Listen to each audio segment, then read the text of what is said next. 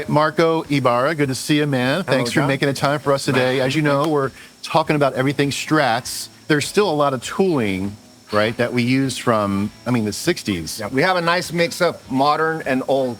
Yeah. This is very old. This is one of the dies, punch dies that we use to form the saddle for the Strat. Okay. All of our reissues for vintage stuff, still using this. Yeah, it's amazing. We do that on all of those machines. You want to take a look? Yeah, let's go. Let's go. Walk this way. Yeah. At least one says CBS era. So this is late 60s. Got it.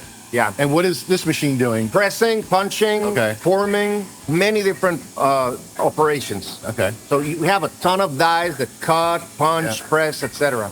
Some of the guitars that are floating around from the 60s and are like sharing the DNA, essentially, with guitars that we're making today, right? It's amazing because when you buy one of those guitars, you get a little piece of history. As we use also very old machines, we're using newer technology. This is a CNC machine, and we use it to cut metals. In this case, right now, we're cutting a Strat block, bridge block. Very precise. We can do a bunch of at a time. So we do it here, then secondary operations on those older machines we just saw.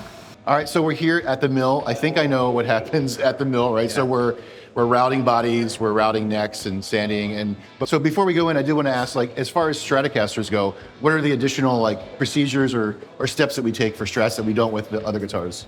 Basically, I would say contours, belly cut, armrest. That's a key feature for a Strat that, for example, a Tele doesn't. Got it. Right, let's head on in. Let's do it. This is next. The wall where we have a lot of the samples. They use it to, measure radius, to see headstocks, dimensions, etc. This is the reference.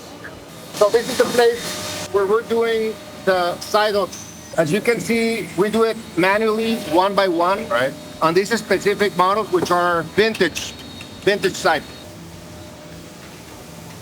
Blackmore, Stratocaster. Let's go and see some bodies.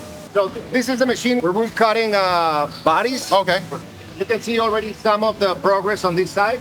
Okay. We're gonna cut the top of it. So in the blank itself, the contour, it's done before. Oh, okay. Got it. Okay. We do it on a CNC, then we carve the perimeter and all the cavities. Got it. Okay. And then we're left with something like this right here. Yeah. So that's done. This is done, and then we do the sanding and get it all smooth. Sanding and ready to go. Probably a 65 Strat. Very cool. Yeah. All right, so I know we did a very brief run through in the factory looking at different parts of the production of a Strat. These are guitars about to make their way through final assembly, right? So it kind of gives us a good example. If I was to pick this one up, we have the routing, so you have 3 single coil pickups.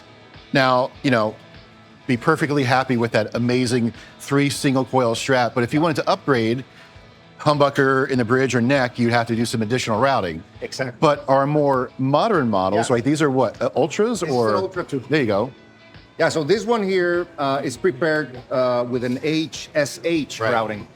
So even though we just offer the Triple S or the HSS versions stock, but the customer can do whatever they want. They can do HH, HSS, HH, whatever they want. At some point, right, you might decide, I want a single humbucker in the bridge, I want a single humbucker in the neck, or HH, or any of those options. You can have those additional pick guards and swap them as you prefer, and different sounds and different tones. Any color, any any look you like. So it's very flexible for people. Very moddable, easy for upgrades, and easy for upgrades. Yeah. It's the beauty of a Strat. Excellent platform for a walk. All right, Marco. Thanks so much, man. Appreciate it very much. Thank you, John.